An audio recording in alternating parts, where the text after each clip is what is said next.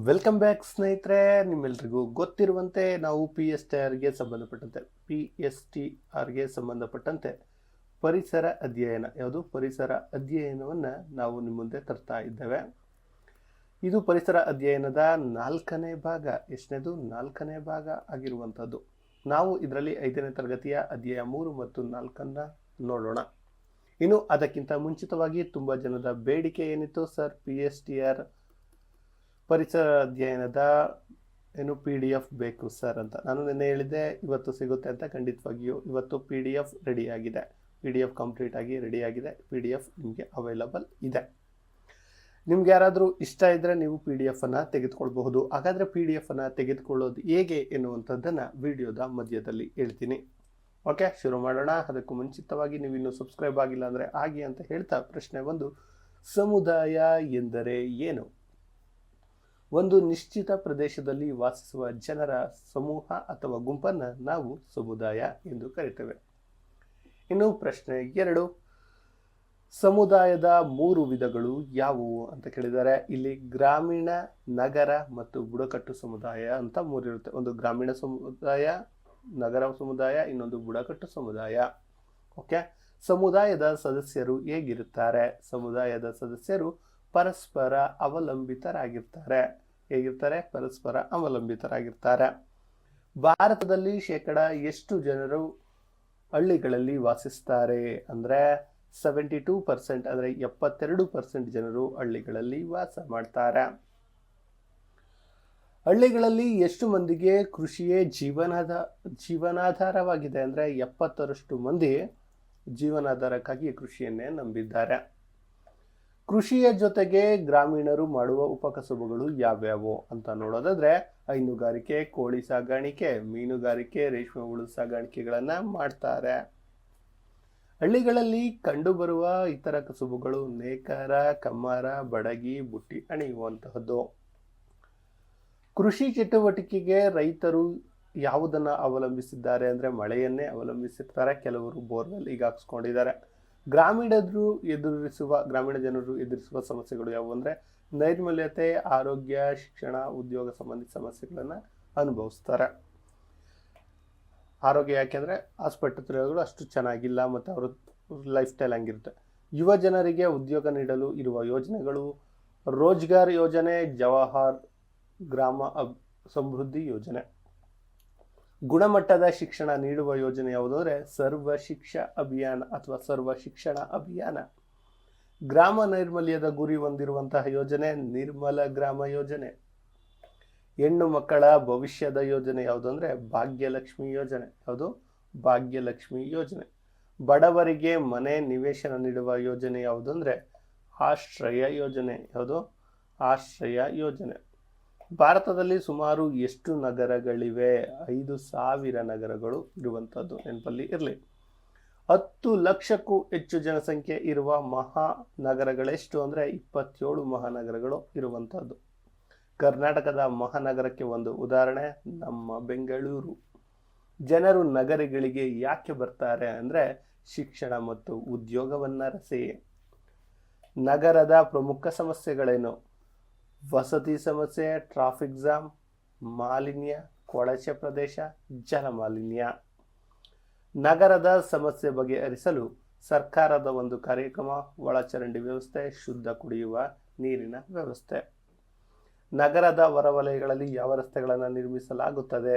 ವರ್ತುಲ ರಸ್ತೆಗಳು. ಇನ್ನು ಸ್ನೇಹಿತರೆ, ಈಗ ಈ PDF ಅನ್ನು ಪಡ್ಕೊಳ್ಳೋದು ಹೇಗೆ? ಸ್ನೇಹಿತರೆ, ನಾನು ನಿನ್ನೆ ಹೇಳಿದ್ದೆ ಇವತ್ತು PDF ಸಿಗುತ್ತೆ ಅಂತ. ಮೊದಲ 10 ಜನ ಯಾರು PDF ಬುಕ್ ಮಾಡ್ಕೊಳ್ತೀರಾ ಅವ್ರಿಗೆ 100 ರೂಪೀಸ್ ಅಂತಿತ್ತು. ಇವತ್ತು 149 ರೂಪೀಸ್ ಇದೆ. ಎಷ್ಟಿದೆ? 149 ರೂಪೀಸ್ ಇದೆ. ನೀವು ಬೇಕಾದರೆ 149 ರೂಪೀಸನ್ನು ಇದಕ್ಕೆ, ಈ ನಂಬರ್ಗೆ 9945005138 ಇನ್ನೊಮ್ಮೆ ಹೇಳ್ತೀನಿ, 9945005138ಕ್ಕೆ ಫೋನ್ಪೇ ಅಥವಾ ಗೂಗಲ್ ಪೇ ಅಥವಾ ಯಾವುದೇ ರೀತಿ ಆನ್ಲೈನಲ್ಲಾದರೂ ಪೇ ಮಾಡಿ ಅದನ್ನು ಸ್ಕ್ರೀನ್ಶಾಟ್ಸನ್ನು ಮತ್ತು ಯಾವ ನಂಬರ್ಗೆ, ಇದೇ ನಂಬರ್ಗೆ 9945005138ಗೆ ಕಳಿಸಿದರೆ ನಿಮಗೆ ಇಮಿಡಿಯೇಟ್ PDF ನಿಮಗೆ ಸಿಗುತ್ತೆ. ಓಕೆ, PDF ಸಿಗುತ್ತೆ. ಇನ್ನು PDF ಹೇಗಿದೆ ಅಂತ ನೀವು ನೋಡೋದಾದರೆ ಇಲ್ಲಿದೆ ನೋಡಿ, ಒಂದು ಲುಕ್ಕನ್ನು ನೋಡ್ಕೊಬನ್ನಿ PDF ಯಾವ ರೀತಿ ರೆಡಿ ಆಗಿದೆ ಅಂತ. ಓಕೆ, ನೋಡಿ ಸ್ನೇಹಿತರೆ, ಇದುವೇ PDF ಆಗಿರುವಂಥದ್ದು. ನೋಡಿ ಹೇಗಿದೆ ಅಂತ, ಕಂಪ್ಲೀಟ್ PDF ಇರುವಂಥದ್ದು.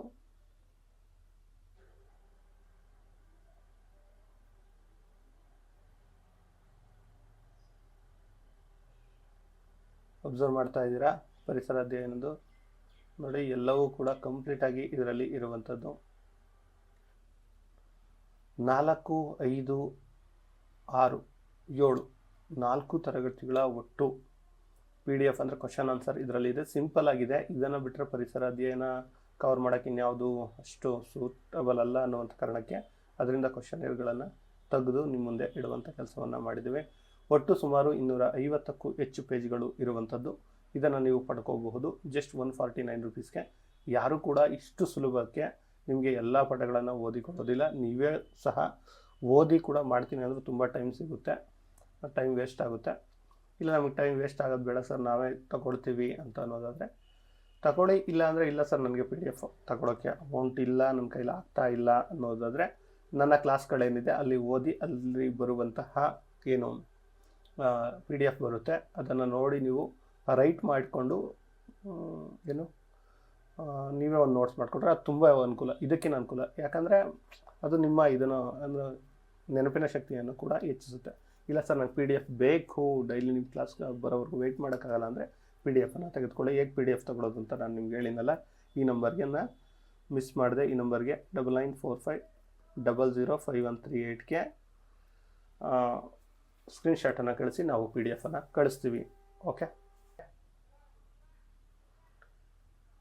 ಸೊ ಯಾರಿಗೆಲ್ಲ PDF ಬೇಕು ನೀವೆಲ್ಲರೂ ಕೂಡ PDF ತೆಗೆದುಕೊಳ್ಳಿ ಅಂತ ಹೇಳ್ತಿದ್ದೀನಿ. ಇನ್ನೊಂದು ವಿಚಾರ, GPSTRಗೆ ಸಂಬಂಧಪಟ್ಟ ಸೋಷಿಯಲ್ ಸೈನ್ಸ್ ಕೂಡ ಇದೆ, ಅದು ಕೂಡ ಏನು PDF ಅವೈಲಬಲ್ ಇದೆ. ಅದನ್ನು ಕೂಡ ನೀವು ಬೇಕು ಅಂದರೆ ಪರ್ಚೇಸ್ ಮಾಡ್ಬೋದು ಅಂತ ಹೇಳ್ತಾ ಮುಂದೆ ಹೋಗೋಣ. ದಟ್ಟ ಅರಣ್ಯ ಮತ್ತು ಗುಡ್ಡಗಾಡಿನಲ್ಲಿ ವಾಸಿಸುವ ಸಮುದಾಯ ಯಾವುದು? ಬುಡಕಟ್ಟು ಸಮುದಾಯ. ಮೈಸೂರು ಜಿಲ್ಲೆಯಲ್ಲಿರುವ ಬುಡಕಟ್ಟು ಜನಾಂಗ ಯಾವುದು ಅಂದರೆ ಸೋಲಿಗರು. ದಕ್ಷಿಣ ಕನ್ನಡ ಜಿಲ್ಲೆಯ ಬುಡಕಟ್ಟು ಜನಾಂಗ ಯಾವುದು ಅಂದರೆ ಕೊರಗರು. ಕೊಡಗು ಜಿಲ್ಲೆಯ ಬುಡಕಟ್ಟು ಜನಾಂಗಗಳು ಯಾವುವು? ಜೇನುಕುರುಬರು, ಎರೆಯವರು. ಬುಡಕಟ್ಟು ಸಮುದಾಯದ ಜೀವನ ಶೈಲಿ ಹೇಗಿರುತ್ತೆ? ವಸತಿ, ಭಾಷೆ, ಉಡುಗೆ, ವಿವಾಹ ಪದ್ಧತಿ ವಿಶಿಷ್ಟವಾಗಿರುತ್ತೆ. ಬುಡಕಟ್ಟು ಜನರು ಯಾವ ಸೌಲಭ್ಯಗಳಿಗೆ ವಂಚಿತರಾಗಿದ್ದಾರೆ ಅಂದರೆ ಆರೋಗ್ಯ, ವಸತಿ, ಶಿಕ್ಷಣ, ಸಾರಿಗೆ, ವಿದ್ಯುತ್. ಅದಕ್ಕೋಸ್ಕರ ಇವರಿಗೆ ರಿಸರ್ವೇಷನ್ ಕೂಡ ಕೊಡ್ತಿದ್ದಾರೆ. ಒಂದೇ ವಿಷಯದಲ್ಲಿ ಆಸಕ್ತಿ ಇರುವವರ ಸಮುದಾಯ ಯಾವುದು ಅಂದರೆ ಆಸಕ್ತರ ಸಮುದಾಯ ಅಥವಾ ಜನಪದ ಆಸಕ್ತರು ಅಂತ ಕೂಡ ಕರೀಬೋದು. ಉದಾಹರಣೆಗೆ ಪರಿಸರ ರಕ್ಷಣೆ ಅಥವಾ ಸಂರಕ್ಷಣೆ ಒಂದಾಗುವ ಗುಂಪಿನ ಹೆಸರನ್ನ ಪರಿಸರ ಪ್ರೇಮಿಗಳ ಸಮುದಾಯ ಅಂತ ಕರಿಬೋದು. ಒಂದೇ ವೃತ್ತಿ ಮಾಡುವವರ ಗುಂಪನ್ನು ಏನಂತಾರೆ? ವೃತ್ತಿ ಆಧಾರಿತ ಸಮುದಾಯ, ಶಿಕ್ಷಕರ ಸಮುದಾಯ, ಪೊಲೀಸರ ಸಮುದಾಯ. ಹೀಗೆ ಸಮುದಾಯದ ಗಾತ್ರ ದೊಡ್ಡದಾದಂತೆ ನಮ್ಮವರು ಎಂಬ ಭಾವನೆ ಏನಾಗುತ್ತದೆ? ಕಡಿಮೆಯಾಗುತ್ತದೆ. ಯಾವ ಕೀಟಗಳು ಸಮುದಾಯದಲ್ಲಿ ವಾಸಿಸುತ್ತವೆ? ಜೇನುನೊಣಗಳು ಮತ್ತು ಇರುವೆಗಳು. ಆಹಾರ ಪದಾರ್ಥಗಳು ನಮಗೆ ಯಾರ ಶ್ರಮದಿಂದ ಸಿಗುತ್ತೆ? ರೈತರು, ವ್ಯಾಪಾರಿಗಳು, ಸಾಗಾಣಿಕೆದಾರರ ಶ್ರಮದಿಂದ. ರೈತನಿಗೆ ಬೆಳೆಗೆ ಬೇಕಾಗುವ ನೀರು ಎಲ್ಲಿಂದ ಬರುತ್ತೆ? ಬಾವಿಯಿಂದ ಬರುತ್ತೆ, ಕಾಲುವೆಯಿಂದ ಬರುತ್ತೆ, ಕೊಳವೆ ಬಾವಿಯಿಂದ ಕೂಡ ಬರುತ್ತೆ. ಕೃಷಿಗೆ ಪೈಪ್ ಮತ್ತು ಪಂಪ್ ಸೆಟ್ಗಳನ್ನು ಯಾರು ಒದಗಿಸ್ತಾರೆ ಅಂದರೆ ಪೈಪ್ ಸೆಟ್ ಪಂಪ್ ತಯಾರಕರು ಒದಗಿಸ್ತಾರೆ. ಓಕೆ, ಕೃಷಿಗೆ ಗೊಬ್ಬರವನ್ನು ಯಾರು ತಯಾರಿಸ್ತಾರೆ? ರಸಗೊಬ್ಬರ ತಯಾರಕರು. ಪ್ರಕೃತಿ ವಿಕೋಪ ಉಂಟಾದಾಗ ಯಾರು ನೆರವಿಗೆ ಬರ್ತಾರೆ? ವಿವಿಧ ಸಮುದಾಯಗಳು, ಇನ್ಶೂರೆನ್ಸ್ ಕಂಪನಿಗಳು. ಪ್ರಕೃತಿ ವಿಕೋಪಗಳಿಗೆ ಉದಾಹರಣೆಗಳನ್ನು ಕೊಡಿ. ಪ್ರವಾಹ, ಬರಗಾಲ, ಭೂಕಂಪ. ಸಮುದಾಯದಲ್ಲಿ ಪ್ರತಿಯೊಂದು ವ್ಯಕ್ತಿಗೂ ಹೇಗೆ ಕಾಣಬೇಕು? ಗೌರವದಿಂದ ಕಾಣಬೇಕು. ಸಮುದಾಯದ ಸಹಕಾರವಿಲ್ಲದೆ ನಾವು ಬದುಕಲು ಸಾಧ್ಯವೇ? ಖಂಡಿತ ಸಾಧ್ಯ ಇಲ್ಲ. ಯಾಕಂದರೆ ನಾವು ಸಮಾಜ ಜೀವಿ, ಒಂಟಿ ಜೀವಿ ಅಲ್ಲ. ಪ್ರತಿಯೊಬ್ಬ ವ್ಯಕ್ತಿಗೂ ಯಾವುದರ ಭಾಗ ಅಂತ ಸಮುದಾಯದ ಒಂದು ಭಾಗ. ನಗರಗಳಲ್ಲಿ ಮನರಂಜನೆ ಮತ್ತು ಉಲ್ಲಾಸಕ್ಕೆ ಏನು ನಿರ್ಮಿಸ್ತಾರೆ? ಉದ್ಯಾನವನಗಳನ್ನು ನಿರ್ಮಿಸ್ತಾರೆ. ನಗರಗಳಲ್ಲಿ ಸಾರಿಗೆ ವ್ಯವಸ್ಥೆ ಉತ್ತಮಗೊಳಿಸಲು ಏನೇನು ಮಾಡ್ತಾರೆ? ಸುಸಜ್ಜಿತ ಬಸ್ಸು ಮತ್ತು ರೈಲು ನಿಲ್ದಾಣ. ಸಮುದಾಯವು ಯಾವುದರ ಆಧಾರ ಮೇಲೆ, ಇಲ್ಲಿ ಎದರ ಅಂತಿದೆ, ಯಾವುದರ ಅರ್ಥ ಆಗಬೇಕು, ಯಾವುದರ ಆಧಾರದ ಮೇಲೆ ರಚಿತವಾಗುತ್ತೆ ಅಂದರೆ ಜಾತಿ, ಧರ್ಮ, ಧ್ಯೇಯ, ಭಾಷೆ, ಸಂಸ್ಕೃತಿ ಮೇಲೆ. ಬುಡಕಟ್ಟು ಜನರಿಗೆ ಈಗ ಸರ್ಕಾರ ಏನು ಮಾಡುತ್ತಿದೆ ಅಂದರೆ ಶಿಕ್ಷಣ ನೀಡ್ತಿದೆ, ಆಹಾರ ವಿತರಣೆ, ಮನೆ, ಆರೋಗ್ಯ ಸೌಲಭ್ಯ ಎಲ್ಲವನ್ನ ನೀಡ್ತಿದೆ. ಆನಂದಪುರದ ರವಿಯ ತಂದೆ ಯಾವ ಕೆಲಸ ಮಾಡ್ತಿದ್ರು? ರೈತರು. ಇದು ಲೆಸನಲ್ಲಿ ಇರುವಂಥದ್ದು. ಒಂದು ನಿಶ್ಚಿತ ಭೂಪ್ರದೇಶದಲ್ಲಿ ವಾಸಿಸುವ ಸಮೂಹವನ್ನು ಏನಂತಾರೆ ಅಂದರೆ ಸಮುದಾಯ ಅಂತಾರೆ. ನಾವು ಬಳಸುವ ವಸ್ತುವಿನ ಹಿಂದೆ ಯಾರ ಶ್ರಮ ಇರುತ್ತೆ ಅಂದರೆ ನೂರಾರು ಜನರ ಶ್ರಮವಿರುತ್ತೆ. ಪ್ರತಿಯೊಂದು ನಗರದ ಪ್ರತಿಯೊಬ್ಬರ ಏನನ್ನು ಕಾಪಾಡಬೇಕು? ಸ್ವಚ್ಛತೆಯನ್ನು ಕಾಪಾಡಬೇಕು. ಯಾವುದ್ರದ್ದು? ನಗರದ್ದು. ನಮ್ಮ ಸಮುದಾಯದಲ್ಲಿ ಎಲ್ಲರೂ ಹೇಗೆ ಬಾಳಬೇಕು ಅಂತಂದರೆ ಸಹಕಾರ, ಸ್ನೇಹ, ಪ್ರೀತಿ ಮತ್ತು ವಿಶ್ವಾಸದಿಂದ ಬಾಳಬೇಕು. ಇನ್ನು 4ನೇ ಚಾಪ್ಟರ್ ಸಮುದಾಯ ಮತ್ತು ಕ್ರೀಡೆಗಳು. ಸ್ನೇಹಿತರೆ, ಇಲ್ಲಿ ಪ್ರಶ್ನೆಗಳನ್ನು ನಾವು ನೋಡ್ಕೊಂಡು ಹೋಗೋಣ. ನಿಮಗೆ ನೆನಪಲ್ಲಿರಲಿ, ಇದು GPSTR ಅಲ್ಲ, PSTR ಪರಿಸರ ಅಧ್ಯಯನ ಅನ್ನೋದು. ಕ್ರೀಡೆಗಳು ಎಲ್ಲಿಂದ ಹುಟ್ಟಿಕೊಂಡಿವೆ ಅಂದರೆ ಸಮುದಾಯದಿಂದ. ಬಿಡುವಿನ ಸಮಯ ಕಳೆಯಲು ಜನರು ಕಂಡುಕೊಂಡು ಒಂದು ಉತ್ತಮ ಮಾರ್ಗ, ಅದುವೇ ಕ್ರೀಡೆ. ಕ್ರೀಡೆಗಳು ಸಮುದಾಯದ ವ್ಯಕ್ತಿಗಳನ್ನು ಏನನ್ನು ಹೆಚ್ಚಿಸುತ್ತೆ ಅಂದರೆ ಸಂಬಂಧ ಹೆಚ್ಚಿಸುತ್ತೆ. ಕ್ರೀಡೆಗಳು ಯಾವ ಉದ್ದೇಶಕ್ಕಾಗಿ ಆಡ್ತಾರೆ? ಮನೋರಂಜನೆ ಮತ್ತು ದೈಹಿಕ ವ್ಯಾಯಾಮಕ್ಕಾಗಿ. ಹಿರಿಯರು ಮತ್ತು ಕಿರಿಯರು ಒಟ್ಟಾಗಿ ಆಡುವ ಅವಕಾಶ ಕಲ್ಪಿಸುವಂಥದ್ದು ಕ್ರೀಡೆಗಳು. ನಿಯಮಿತ ಕ್ರೀಡೆ ಮತ್ತು ವ್ಯಾಯಾಮದಿಂದ ಏನಾಗುತ್ತೆ? ದೈಹಿಕ ಮತ್ತು ಮಾನಸಿಕ ಆರೋಗ್ಯ ವೃದ್ಧಿಯಾಗುತ್ತೆ. ಕ್ರೀಡೆಯಿಂದ ದೇಹಕ್ಕೆ ಏನಾಗುತ್ತೆ? ನರ ಸ್ನಾಯುಗಳ ಹೊಂದಾಣಿಕೆ ಉಂಟಾಗಿ ದೇಹ ಬಲಗೊಳ್ಳುತ್ತೆ. ದೈಹಿಕ ವ್ಯಾಯಾಮದಿಂದ ಏನನ್ನ ಸಮತೋಲನದಲ್ಲಿಡಬಹುದು? ದೇಹದ ತೂಕವನ್ನು. ಕ್ರೀಡೆಯಲ್ಲಿ ಭಾಗವಹಿಸುವುದರಿಂದ ಏನು ಹೆಚ್ಚಾಗುತ್ತೆ ಅಂದರೆ ಆತ್ಮವಿಶ್ವಾಸ. ಇದೊಂದು ಹೆಚ್ಚಾದರೆ ಏನು ಬೇಕಾದರೂ ಮಾಡ್ಬೋದು. ಕ್ರೀಡೆಯಿಂದ ಮನಸ್ಸಿಗೆ ಏನೆಲ್ಲ ಸಿಗುತ್ತೆ? ಮನೋರಂಜನೆ ಮತ್ತು ಉಲ್ಲಾಸ. ಅಂತಾರಾಷ್ಟ್ರೀಯ ಕ್ರೀಡೆಯಿಂದ ದೇಶದ ನಡುವೆ ಏನು ಬೆಳೆಯುತ್ತೆ? ಸ್ನೇಹ, ಸೌಹಾರ್ದತೆ, ರೋಮಾಂಚನ ಮತ್ತು ವಿಶಿಷ್ಟ ಅನುಭವ ನೀಡುವ ಕ್ರೀಡೆಗಳು ಸಾಹಸ ಕ್ರೀಡೆಗಳು. ಸಾಹಸ ಕ್ರೀಡೆಗಳು ಯಾವುದನ್ನು ಆಧರಿಸಿವೆ? ದೈಹಿಕ ಸಾಮರ್ಥ್ಯವನ್ನು. ಸಾಹಸ ಕ್ರೀಡೆಗಳಿಗೆ ಏನು ಅಗತ್ಯ? ಹೆಚ್ಚಿನ ತಯಾರಿ, ವೇಗ, ಕುಶಲತೆ ಮತ್ತು ತರಬೇತಿ. ಸಾಹಸ ಕ್ರೀಡೆಯಿಂದ ಯಾವ ಗುಣ ಬರುತ್ತೆ? ಅಪಾಯಕಾರಿ ಛಲ, ಅಪಾಯವನ್ನು ಎದುರಿಸುವ ಛಲ ಮತ್ತು ಮಾನಸಿಕ ಸ್ಥೈರ್ಯ. ತರಬೇತಿ ಇಲ್ಲದೆ ಸಾಹಸ ಕ್ರೀಡೆ ಆಡಬಹುದೇ? ಖಂಡಿತ ಇಲ್ಲ, ಭಾಗವಹಿಸಬಾರದು ಕೂಡ. ಸಾಹಸ ಕ್ರೀಡೆಗೆ ಯಾವ ಸಾಧನ ಬೇಕು? ವಿಶಿಷ್ಟ, ಅದಕ್ಕೆ ಬೇಕಾದಂತಹ ವಿಶಿಷ್ಟ ಸಾಧನಗಳು ಬೇಕು.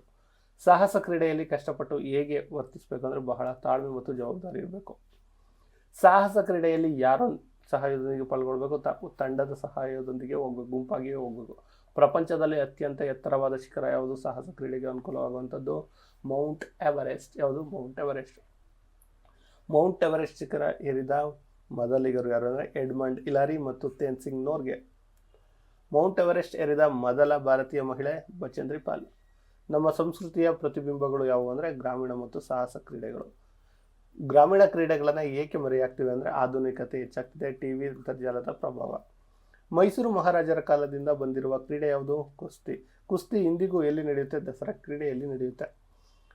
ದೈನಂದಿನ ಉತ್ತಮ ಅಭ್ಯಾಸಗಳು: ಸೈಕಲ್ ತುಳಿಯುವುದು, ಈಜುವುದು, ನಡೆಯುವುದು. ಯೋಗ ಅಭ್ಯಾಸ ಮಾಡುವುದರಿಂದ ಏನಾಗುತ್ತದೆ? ಉತ್ತಮ ಆರೋಗ್ಯ ಉತ್ತಮಗೊಳ್ಳುತ್ತದೆ. ಸಾಹಸ ಕ್ರೀಡೆಗಳು ಕ್ರೀಡಾಪಟುವಿಗೆ ಏನನ್ನು ಒಡ್ಡುತ್ತದೆ? ಹೊಸ ಹೊಸ ಸವಾಲುಗಳನ್ನು ಒಡ್ಡುತ್ತದೆ. ಸಾಹಸ ಕ್ರೀಡೆಗಳಲ್ಲಿ ಅಪಾಯಗಳಿವೆಯೇ? ಹೌದು, ಅಪಾಯಕಾರಿ ಕ್ರೀಡೆಗಳೇ ಸಾಹಸ ಕ್ರೀಡೆಗಳು ಅಂತ ಹೇಳ್ಬೋದು. ಕ್ರೀಡೆಗಳು ಸಮುದಾಯದಲ್ಲಿ ಏನನ್ನು ಉಂಟು ಮಾಡುತ್ತವೆ? ಸಾಮರಸ್ಯವನ್ನು ಉಂಟು ಮಾಡುತ್ತವೆ. ಕ್ರೀಡೆಗಳಲ್ಲಿ ಭಾಗವಹಿಸುವವರು ಏನಂತಾರೆ? ಕ್ರೀಡಾಪಟು ಅಂತ ಕರೀತಾರೆ. ಪರ್ವತಾರೋಹಣ ಎನ್ನುವುದು ಎಂತಹ ಕ್ರೀಡೆ? ಸಾಹಸ ಕ್ರೀಡೆ. ಆಕಾಶ ನೆಗೆತ ಅಂದರೆ ಪ್ಯಾರಾಚೂಟಲ್ಲಿ ನೆಗೆತಾರಲ್ಲ, ಅದು ಸಾಹಸ ಕ್ರೀಡೆನೇ. ನದಿ ಅಥವಾ ಸಮುದ್ರದಲ್ಲಿ ಆಡುವ ಸಾಹಸ ಆಟ ಯಾವುದು ಅಂದರೆ ತೆಪ್ಪೆದಾಟ ಅಥವಾ ವಾಟರ್ ಸ್ಪೋರ್ಟ್ಸ್. ಸಾಹಸ ಕ್ರೀಡೆಯಲ್ಲಿ ಅಪಾಯ ಎದುರಿಸಲು ಏನು ಮಾಡ್ತಾರೆ? ಅನುಭವ ಮತ್ತು ತರಬೇತಿ ಇರಬೇಕಾಗುತ್ತೆ. ಓಕೆ, ದೇಹವು ಸದಾ ಲವಲವಿಕೆಯಿಂದ ಇರಲು ಏನು ಮಾಡಬೇಕು? ಕ್ರೀಡೆ ಮತ್ತು ವ್ಯಾಯಾಮ ಮಾಡಬೇಕು. ದೈಹಿಕ ವ್ಯಾಯಾಮವಿಲ್ಲದರೆ ಯಾವ ಸಮಸ್ಯೆ ಉಂಟಾಗುತ್ತೆ? ದೈಹಿಕ ಸಮಸ್ಯೆ, ತೂಕ ಹೆಚ್ಚಳ, ಅದರಲ್ಲೂ ಕೂಡ ಬೊಜ್ಜು ಜಾಸ್ತಿ ಆಗುತ್ತೆ. ಬಿಡುವಿನ ವೇಳೆಯ ಸದುಪಯೋಗ ಯಾವುದರಿಂದ ಆಗಬೇಕು? ಕ್ರೀಡೆಯಿಂದ ಆಗಬೇಕು. ಆಟಗಳನ್ನು ಆಡುವಾಗ ಯಾರೊಟ್ಟಿಗೆ ಬೆರೆಯುತ್ತೇವೆ? ಸಮುದಾಯದೊಂದಿಗೆ. ತಂಡಗಳಲ್ಲಿ ಆಡುವುದರಿಂದ ಏನು ಕಲಿಯುತ್ತೇವೆ? ಸಹಕಾರವನ್ನು ಕಲಿತೇವೆ. ಎವರೆಸ್ಟ್ ಏರಿದ ಎಡ್ಮಂಡ್ ಹಿಲಾರಿ ಜೊತೆ ಇದ್ದವರು ಯಾರು? ತೇನ್ಸಿಂಗ್ ನೋರ್ಗೆ. ಕ್ರೀಡೆಯಿಂದ ಮನಸ್ಸಿಗೆ ಏನು ಸಿಗುತ್ತೆ? ಮನರಂಜನೆ. ಏನು ಸಿಗುತ್ತೆ? ಮನರಂಜನೆ. ಕ್ರೀಡೆಗಳಿಂದ ಅಂತಾರಾಷ್ಟ್ರೀಯ ಮಟ್ಟದಲ್ಲಿ ಏನು ಸಾಧಿಸಬಹುದು? ಪರಸ್ಪರ ಬಾಂಧವ್ಯ. ಉತ್ತಮ ದೈಹಿಕ ಆಕಾರ ಪಡೆಯಲು ಏನು ಮಾಡಬೇಕು ಅಂದರೆ ದೈಹಿಕ ವ್ಯಾಯಾಮ ಮತ್ತು ಕ್ರೀಡೆ. ಕ್ರೀಡೆಯಲ್ಲಿ ಭಾಗವಹಿಸುವಿಕೆ ನಮ್ಮಲ್ಲಿ ಏನನ್ನು ಹೆಚ್ಚಿಸುತ್ತೆ? ಆತ್ಮವಿಶ್ವಾಸ ಇರುತ್ತೆ. ಕುಸ್ತಿ ಕ್ರೀಡೆಯನ್ನು ಯಾರು ಪ್ರೋತ್ಸಾಹಿಸಿದರು? ಮೈಸೂರು ಮಹಾರಾಜರು.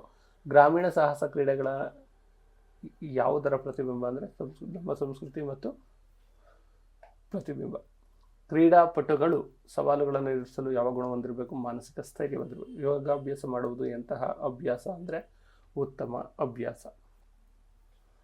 ಓಕೆ ಸ್ನೇಹಿತರೆ, ಇದು ಇವತ್ತಿಗೆ ಮುಗಿಸ್ತಾ ಇದ್ದೀನಿ. ಸ್ನೇಹಿತರೆ, ನೀವು ಹೇಳಿದಂತೆ ಇವತ್ತು PDF ಲಭ್ಯವಿದೆ. ಒಂದು PDF ನ ಬೆಲೆ ಎಷ್ಟು? 149 ಇದೆ. ಅದನ್ನು ನೀವು ಇವತ್ತೇ ಪರ್ಚೇಸ್ ಮಾಡ್ಕೊಳ್ಳಿ. ಮತ್ತು ಇನ್ನು PSTRಗೆ ಸಂಬಂಧಪಟ್ಟಂತೆ ಹೇಳಬೇಕಿತ್ತು. PSTRಗೆ ಸಂಬಂಧಪಟ್ಟಂತೆ ಆಗಲೇ ಹೇಳಿದ್ದಾಗೆ PDF ಲಭ್ಯವಿದ್ದರೆ GPSTR ಏನಾದರೂ ನೀವು GPSTRಗೂ ಕೂಡ ತಯಾರಿ ಮಾಡ್ತೀರಾ ಅಂತಂದರೆ ನಿಮಗೆ ಸೋಷಿಯಲ್ ಸೈನ್ಸ್ ಏನಿದೆ 6th 7th 8th 9th 10th ಕ್ಲಾಸ್ಗಳ ಒಟ್ಟು ಅಂದರೆ ಏನೋ ಸೋಷಿಯಲ್ ಸೈನ್ಸ್ನ ಒಟ್ಟು 3180ಕ್ಕೂ ಹೆಚ್ಚು ಪ್ರಶ್ನೆಗಳು ಒಳಗೊಂಡ PDF ಲಭ್ಯವಿದೆ. ಅದನ್ನು ಕೂಡ ನೀವು 149 ರೂಪೀಸ್ಗೆ ಇದೇ ನಂಬರ್ಗೆ 9945005138ಗೆ ನೀವು ಗೂಗಲ್ ಪೇ ಅಥವಾ ಫೋನ್ಪೇ ಮಾಡುವ ಮೂಲಕ ಅದನ್ನು ಕೂಡ ಪಡೆದುಕೊಳ್ಬೋದು ಅಂತ ಹೇಳ್ತಾ ಈ ವಿಡಿಯೋನ ಇಲ್ಲಿಗೆ ಎಂಡ್ ಮಾಡ್ತಿದ್ದೇನೆ. ಧನ್ಯವಾದಗಳು.